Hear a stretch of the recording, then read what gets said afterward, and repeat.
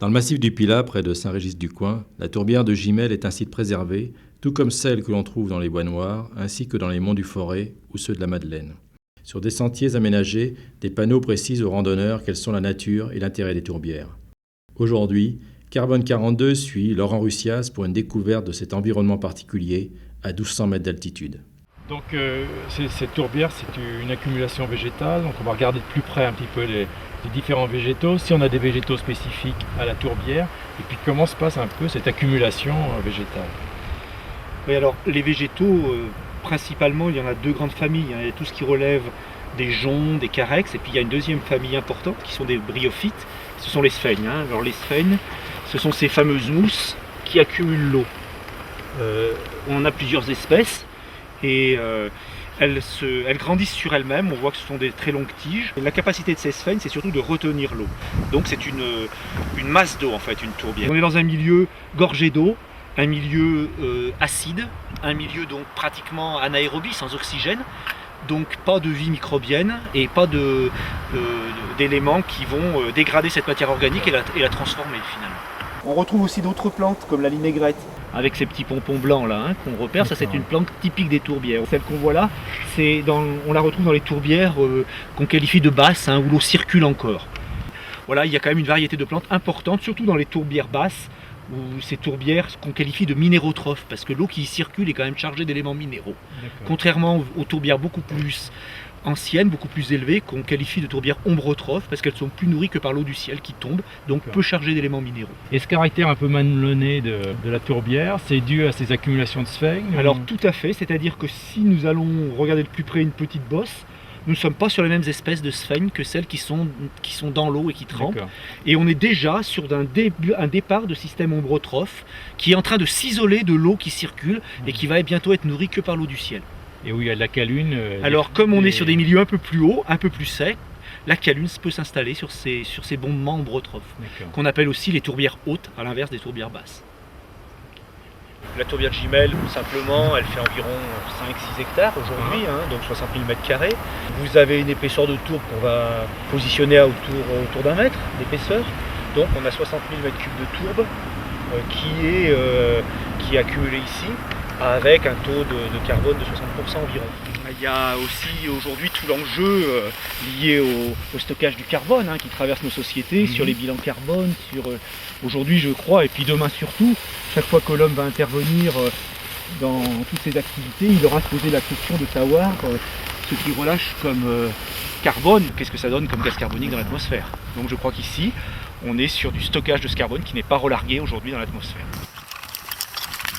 Et au niveau de la faune, parce que bon là aujourd'hui on voit pas ni de batraciens ni de reptiles, etc. Mais... Alors il y a dans les deux grands groupes que on rencontre des reptiles et des amphibiens. Donc spécifiquement d'ailleurs sur la tourbière de Gimel, il y a une vipère qu'on retrouve en altitude qui s'appelle la vipère péliade, qui ressemble un petit peu à la vipère aspic, qui est aussi mortelle. On peut la retrouver donc sur toutes ces bordures de tourbières, elle aime bien ces secteurs-là, et elle se nourrit notamment d'un petit lézard qui s'appelle le lézard vivipare, qui est un lézard des tourbières et des landes et qui a la capacité l'hiver, dans ces milieux très humides et très froids, de faire geler ses propres cellules et d'hiberner quasiment.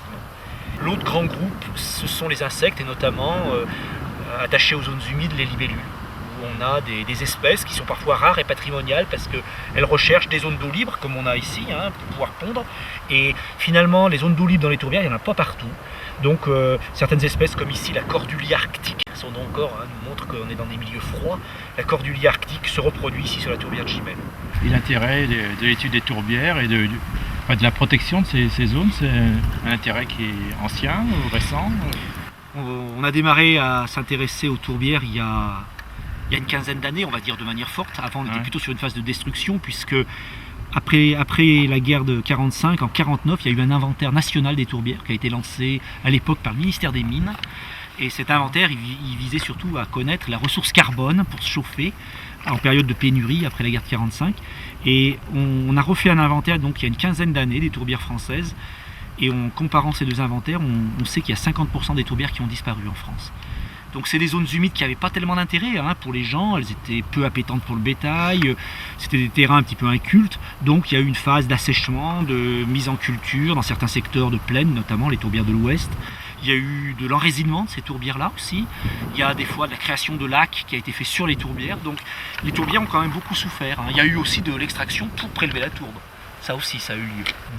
Donc les tourbières ont diminué, donc ce sont des zones humides par contre où on comprend maintenant tout leur intérêt fonctionnel, on comprend aussi tout le réservoir de biodiversité qu'elles forment, et d'où l'intérêt fort de la préservation de ces espaces.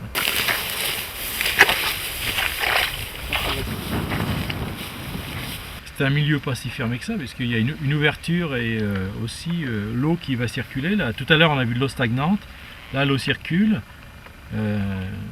Elle part en fait sur le bassin versant. Oui, tout à fait. En fait, les tourbières, elles sont pratiquement toutes situées aux sources de toutes nos rivières du département. D'où aussi leur fragilité, parce qu'on est sur des endroits qui ne sont pas des surfaces immenses, qui peuvent être assez sensibles à des pollutions ou des choses de cet ordre-là.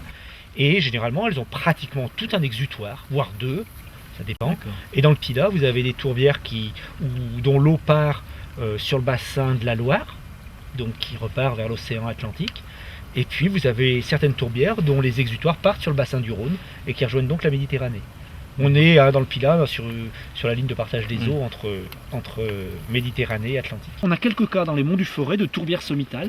Elles ne sont pas grandes, c'est quelques dizaines de mètres carrés, mais il n'y a pas de bassin versant. Donc c'est uniquement l'eau du ciel qui fait que les sphagnums s'installent et arrivent à s'accumuler. Quand on part de la surface, on a nos sphagnums bien vivants qui photosynthétisent. Et puis en descendant, on commence à avoir ces sphagnums qui se transforment. Puis ils sont de plus en plus transformés, Et à la fin, ça devient une tourbe plus ou moins brune ou noire en fonction de l'acidité des végétaux qui la composent. Mais tout ça est gorgé d'eau. Voilà. Tout ça est gorgé d'eau. Et donc jusqu'à 6,40 mètres d'épaisseur dans certains secteurs.